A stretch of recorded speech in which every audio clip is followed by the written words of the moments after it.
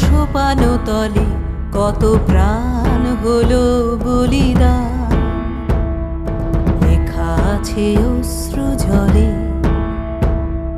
মুক্তির মন্দির সোপানো তলে কত প্রাণ হলো বলিদান। লেখা আছে অশ্রু জলে কত বিপ্লবী বন্ধু